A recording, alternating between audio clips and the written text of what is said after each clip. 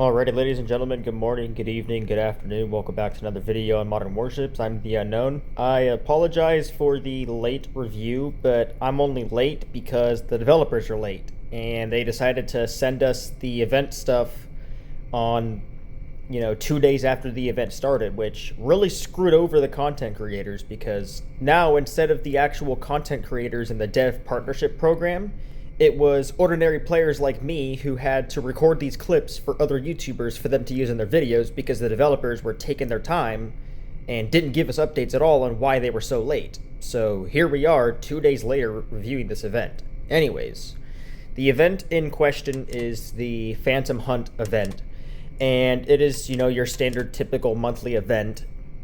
There's not really much to say. I'm going to go over the stages. There's a couple of spins you can get. There's this, decent average looking avatar, which doesn't look that good. And once again, the devs have increased the free spins. So we still get 30 free spins, which is 3 10 pulls, which is outstanding for the free-to-play community. That is exactly what I wanted, was just the devs giving more spins.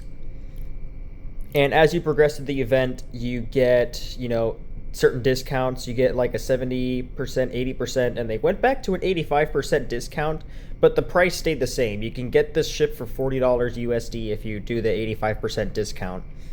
The last and, first off, the HQ-26 is back, and, as much as I can complain that they, repeatedly, add this as a reward, I can't complain because the HQ-26 is, dare I say, the best anti-air missile in the game. It has AoE, it's just a perfect anti-air missile. Anyways, the main reward is this spammer-type missile. It's another Indian missile, so for the Indian community out there, I hope you guys are happy. The devs are finally adding more Indian stuff, which I love because, the devs just don't show that much love to the other countries out there, so it's nice to see that the main reward is something from India this time. But yeah, next we have the special offers. If you don't want to wait and grind the event for discounts, you can you can buy the ship for $100 USD, which is the dumbest thing you could possibly do. And then next we have the bundle skin with the bundle flag, which we'll take a look at shortly. Next we have the event points, where you can get a free spin every 7 hours. You can, every 2 hours, you can get 1,000 for watching a video, or every 2 hours, you can get, or every 3 hours, excuse me, you can get 2,000 spins by spending gold. Next, we have the gacha, and this gacha is stacked. This is probably the best gacha we've gotten to date. Now, obviously, I'm going to have my gripes, so I'll start off with the gripe. The devs took away the event flag again. This flag that you can get in the special offers, this legendary flag here, they should have put this in the gacha like every other event. This is the second event in a row they did where they did not put this flag in the gacha. And what they should have done is take out this consumable, because we don't need this consumable. If you go here, go to your store and go to ammunition, advanced consumables, you can literally buy, where is it? You could buy this freaking consumable in here for 170 gold. So why the hell am I spending money out of my pocket to pay for a consumable that you can buy with in-game currency? I'm going to keep complaining about this until the devs do something about it, because the devs always do something good, but they always find a way to mess it up. But yeah, other than that, this is a really good gacha. You have the Dana, which you can get 2 of them in there. It was a previous event reward. It has AoE. It's very nice. Then we have a Battle Pass cannon, or also known as free art coins, because that cannon's trash. We have the Fletcher in here, which is weird. They added a second gacha ship in here, which is nice. And then we have the TRG 300, I believe, which we'll take a look at shortly. I got both of them. And then we have the sub there. And of course, when I did the gacha, for those that watch my stream in my Discord server, of course I get the freaking submarine in like 200 spins, which just solidifies the fact that maybe I'm a sub main in disguise and I just don't even know it yet. Even though the fact that I don't really have that much sub battles, which is surprising. But yeah, anyways, that's the pay-to-win gacha. The free-to-play gacha gives us even more. We have another grenade launcher from Turkey, which we'll take a look at shortly. I heard it's probably the best anti-sub grenade launcher, so we're going to find out about that.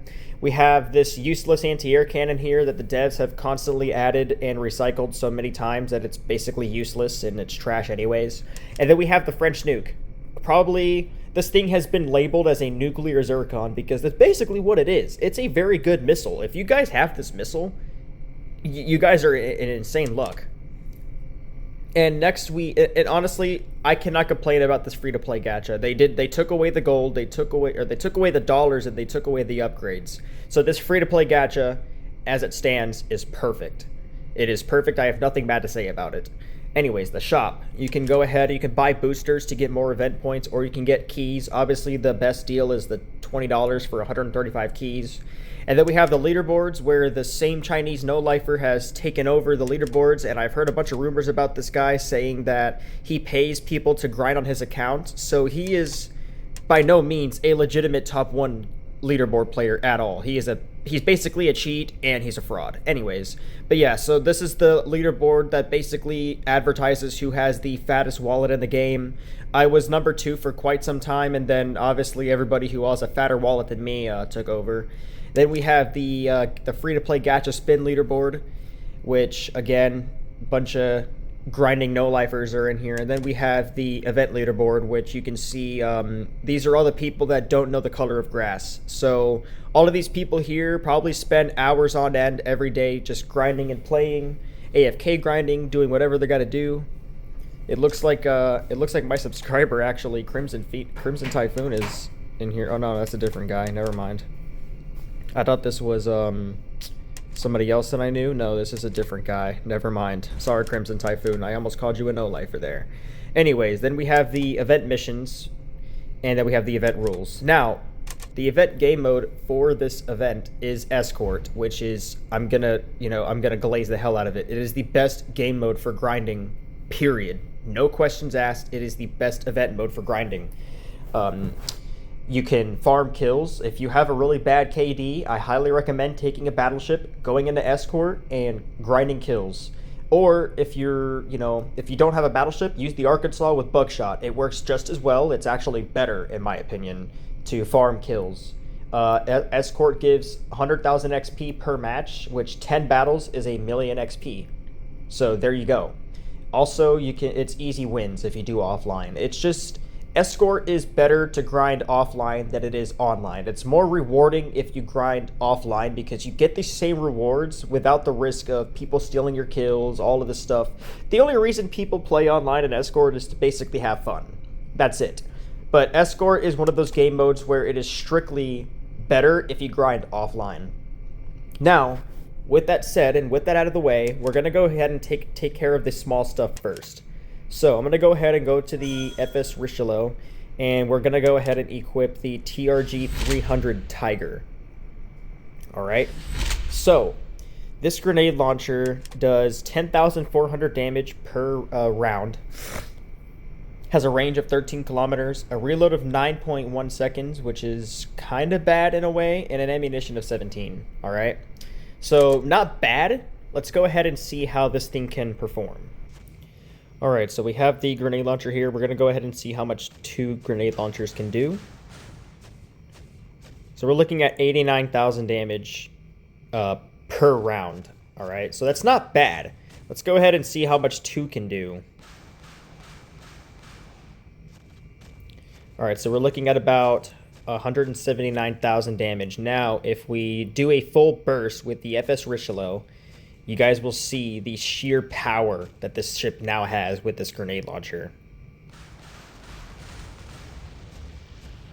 You're looking at about 318 to 320,000 damage. The only downside of this grenade launcher is the fact that it cannot shoot subs underwater. So this is strictly a long-range sniper grenade launcher. Think of it as like an automatic HJJ grenade launcher. Alright, now that we got that out of the way, we can go to the JS Amagi here, and we can go ahead and review the new Indian missile, which I kind of like, to be honest. So, if we go to the description, I believe this missile has AoE. Yeah, it does 22,100 damage, a range of 11.27 kilometers, and a reload of 5.6 seconds. That is really good, especially with AoE. Alright, let's go ahead and see... Oh my god, it has a really good target execution time. Look at that, it's like instant. That's okay, that's pretty good. Now let's go ahead and see the launch of this thing. 46,000, not bad for every 5 seconds. So depending on the position of the missile launchers is going to determine how good this missile is. So if you put this on a ship where the missile launchers are facing to the side instead of like straight up, how you can kind of see on the JS Amagi where the missile launchers are straight up there, it's going to be better for a ship like this. If you put this on a ship like the F-124 or the TF-2000, this missile becomes very trash. So just keep that in mind. The AoE really does play a good part in this. I think this is a very good free-to-play missile. Very good indeed, especially from India. That the devs really stepped up their game with this missile. Alright, now that we got that out of the way, we can finally review the RF Straz. I'm just going to call it the Straz. So, this thing is essentially a better Bermuda. So as you guys can see here, this is one of two subs that has cannons and missiles on it. But the thing that sets this apart is the fact that this has grenade launchers, which I love. And I do believe this missile is anti-flare. Yeah, so that's very good. Anyways, let's go ahead and just get right into it. So this thing has 409,500 health. It has a speed of 27.8 knots, a maneuverability of 10.8, a view range of 9.2 kilometers, an aerial visibility of 3.23, a surface visibility of 3.23, an underwater visibility of 1.75, a stealth percentage of 5, and an oxygen capacity of 130. And if we compare that to the Bermuda, they have the same oxygen capacity, but the stealth percentage of the Bermuda is 1% higher. Anyways, let's go. Anyways, we're going to go ahead and just resume. So this missile here does 19,500 damage. And if I believe this thing launches more than one missile. Has a range of 14.73 kilometers and a reload of 7 seconds. Not 7.7. Not terrible, but it's not the best either. Next, we have the cannon, which, as you can see, this cannon cannot turn, meaning the only way to fire this cannon is if you're facing directly towards the target. And there's no question about that. If you're not facing to the target, this cannon is useless. 22,100 damage, range of 12.1 kilometers, not a lot of range, and a reload of 9.8 seconds. Next, we have a locked A22, which does 3,380 damage with a range of 12.13 kilometers, so the same range as the cannon, a reload of 5.6 seconds, and an ammunition of 20. And then next we have the Campcopter. Obviously we have 1 torpedo slots, not too impressive, but it has a durability of 11,050 with a speed of 78.3, a maneuverability of 1.30, a view range of 9.6, an aerial visibility of 2.31, surface visibility of 2.99, underwater visibility of 1.36, and a stealth percentage of 4. Alright, let's go ahead and test out this ship. I'm not going to take this thing underwater, simply because it has grenade launchers and a cannon. There's really no need for me to hide this underwater unless I'm trying to hide from a certain player. And of course, this freaking bot's going to stop right in front of me. Oh, damn! Since when this ship that damn! This tiny little submarine pushed that freaking UXV. That's, okay. Let's go ahead and use this helicopter to our advantage since it's anti-flare. Let's go ahead, lock onto that freaking blue shark there. As you can see, the missiles do launch, and they don't do a lot of damage, but that's okay. So let's go ahead, do our grenade launchers. We'll launch the torpedoes a bit. Go ahead and face towards the ship. And there we go. This grenade launcher doesn't do that much damage, apparently. There we go. This cannon, on the other hand, very impressive. 77,000 damage. Also, this A22 is very, very accurate. That's actually very nice. Yeah, this submarine is 100% a better pan-spatial Bermuda in every possible way. This thing is just better. This thing, like, takes the bad from the Bermuda and makes it good. So I do believe that this is a much better submarine, especially for me. Like, somebody who's a destroyer main, this thing's very freaking nice. Let's go ahead, flare that torpedo. Oh, there we go. Shoot, we almost died there. Alright, this is where I'm going to have to launch the helicopter. We're going to see if we can go ahead and hit the ship with the missiles there. I kind of want to get a good angle and see if we can get the missiles. Do they... Oh, Nope, that didn't work out. That did not work out in our favor, I'll tell you that. But yeah, overall, I do believe this sub is very, very nice. It's definitely a step up and does something very different in terms of functionality. It's I encourage things like this from the development team. This is definitely one of the good ones in my opinion. Even as somebody who despises submarines, I would probably use this at least like once or twice online just to freaking piss people off because this is a very nice ship. And I really hate to admit that, but it behaves like a freaking Zoomwalt with grenade launchers.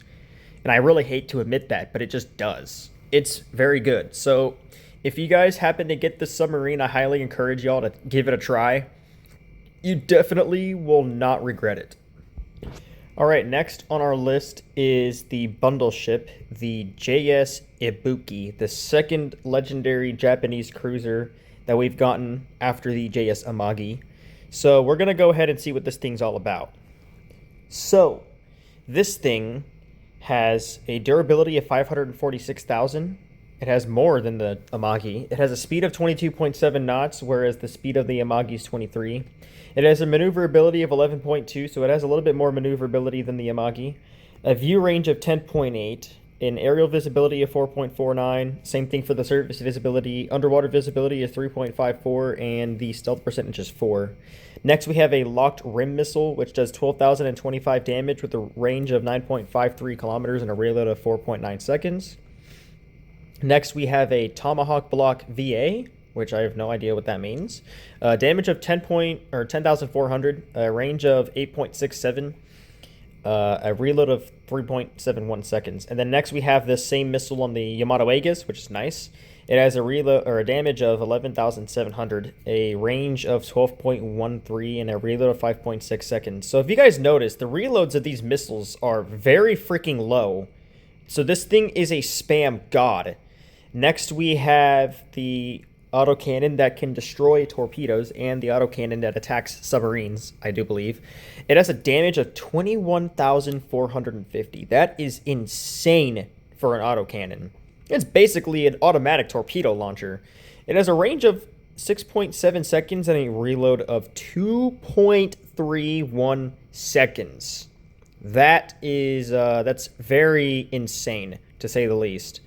And then next, you guys can pause the video for the air defenses. I don't really care too much about them, but there you guys go for the stats. And yeah, we're going to go ahead and take this out on an offline match to test it out.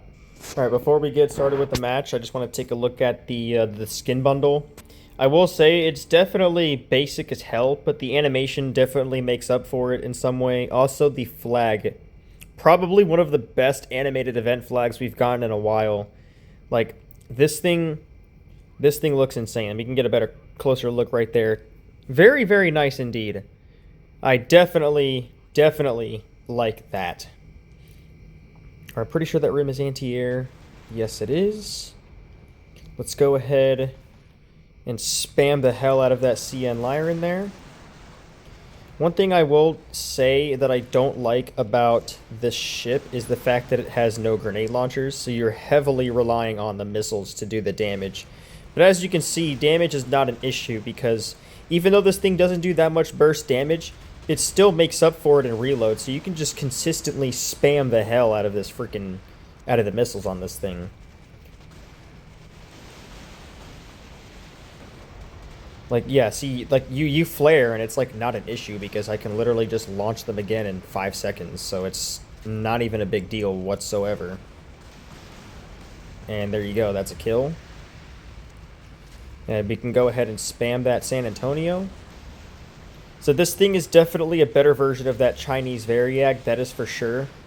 I can see a lot of people abusing the hell out of this online. I actually got abused by one of these online already, just to give you guys a prime example. This thing just spills missiles on you. Like, you have no chance. Like, you might as well just not even flare because it's not going to do anything for you. And there you guys have it. There's a kill right there. Let's see if we can go ahead and finish that CN Lyran off.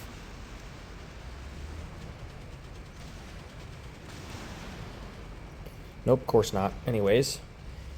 But yeah, this ship is definitely, like, I underestimated this when I first tested it out, but as soon as I took this thing out online, I was like, damn, these things don't do damage at all. But, you know, it turns out that even the fact that this thing doesn't do that much damage, the reload makes up for it. Like, it doesn't matter if it doesn't do damage, because you can just freaking spam it and it doesn't matter. So I do believe that this ship is worth the $40. Also, a majority of these missiles do pierce air defenses. Even the fact that, like, this ship right here does a crap ton of damage. These things just don't pierce through air defenses despite having such good durability. Like, it's honestly insane that this thing doesn't, like, hit at all. Like, I took this thing out online and no missiles can hit it. But, you know, I take this thing out, all of these missiles here, and somehow, some way, these things pierce air defenses. It just works better than the Chinese cruiser. So, yeah. If you guys buy this ship, you guys won't regret it. I promise you. Alright, and now we come to review the last thing on the list, and that is the free-to-play event grenade launcher. I did request it to be on my personal account. I have not received it yet, so unfortunately I have to use the press. So, let's go ahead and just jump right into it. So, I have this thing on the F124 or F126 for a reason. This is probably the best anti-sub grenade launcher there is, and it's free, essentially. But yeah, 1,625 damage with a range of 7.8 kilometers and a reload of 4.2 seconds. Enough said, fast reload, decent accuracy. Let's just go ahead and jump right into the freaking review. So, you guys may be thinking to yourself, 1,600 damage, that's not much at all. There's other grenade launchers that do more damage than that. And you're right. You know, there are better grenade launchers that attack subs that do more damage, like the TRG. But one thing you fail to realize is this thing has a 10-round burst with 100% accuracy. And this is what a 10-round burst looks like, ladies and gentlemen. Just take a look at that. 85,000 damage every 4 seconds. Submarines, I'm sorry, but your time to shine has ended a while ago. I hate to say it, but you guys are gonna be forced to use surface ships. I'm sorry to say it. I'm really not sorry, but you know what it is. But yeah, this thing is completely insane. And, you know, if you have this on, like, FS Richelieu, you're pretty much gonna be unstoppable. Like, it's just an insane grenade launcher. Like, just take a look at this bullet spread. I'm gonna face straight forward. I'm gonna fire it right here. Take a look at this bullet spread. As you can see there is no bullet spread. It's essentially like having a free arsenal ship grenade launcher on your ship. Minus those ones. But yeah, you guys can see this thing has no bullet spread. It is 100% accurate. It's anti-sub. 4 seconds of a reload, and it crits up to 97,000 damage, it looks like. Let me try that again. Yeah, like, dude, this... I'm sorry. If you have this, you're pretty much... You don't even need to worry about subs anymore. Yeah, I will say, one thing I forgot to mention is the rewards you can get for being in the leaderboard. So the top 3 people get this avatar here, Commander Delta, with a... I think the... Yeah, so the top 1 title gets Death from the Shadows. So they're doing this, the devs are now doing this thing where top 1 gets an exclusive title, which is pretty nice. But at the same time, it's like it's the same dude getting it every time, and he's a cheater. So, like, what are you going to do about it? But yeah, so 2 to 3, they get the same thing. They just don't get the top 1 title. And then 4 to 10 gets the title, but nothing else. And then, yeah. Next, we have the other leaderboard, where the top 1 guy gets this avatar. Or no, top 3 gets that avatar, it looks like, right? Yeah, top 3 gets that avatar. And then 4 to 10 gets that nice avatar, but the Phantom title, all that, pretty nice. And then last we have the event leaderboard, where everybody gets the elusive title, art coins, and this nice avatar here, which this is probably the best looking event avatar we've gotten in a while, and it's a shame that this thing is not the leaderboard one, because I'm sorry, but this being a leaderboard avatar is just mid as hell. I'm sorry, it's one of the worst event leaderboard avatars we've ever gotten. I don't think I'm gonna push this leaderboard because of that. It's too ugly for me to have. But yeah, with that out of the way, that is the complete and in-depth review of the Phantom Hunt event review. If you guys enjoyed it, let me know in the comments below. I'm sorry it was so late, but the developers literally sent us the stuff on the press accounts 2 days after the event. It screwed over pretty much the entire freaking content creator that are in the creators crew. It screwed them all over. I literally had to record videos, send them to the content creators so they can use for their videos because the developers were so late. So, developers, if you're watching this, you guys need to send us the stuff 24 hours at least before the event comes out, or send it to us as the event comes out. Because what this happens is all of the pay-to-win players are going to take over. They're going to review the event for us, and we're not going to be able to review it because everybody's already watched, people review the ships. So nobody's going to watch us anymore. So, and they're not even part of the freaking partnership program. So they're basically doing your job without, being in the partnership program. That's not okay. I'm sorry to say it, but it's not. So if you're watching this, you need to send us the event stuff the day the event comes out. The moment the event comes out, we need the items on our press accounts to review. With that said, that is going to conclude today's video. If you guys enjoyed it, let me know in the comments, and peace out.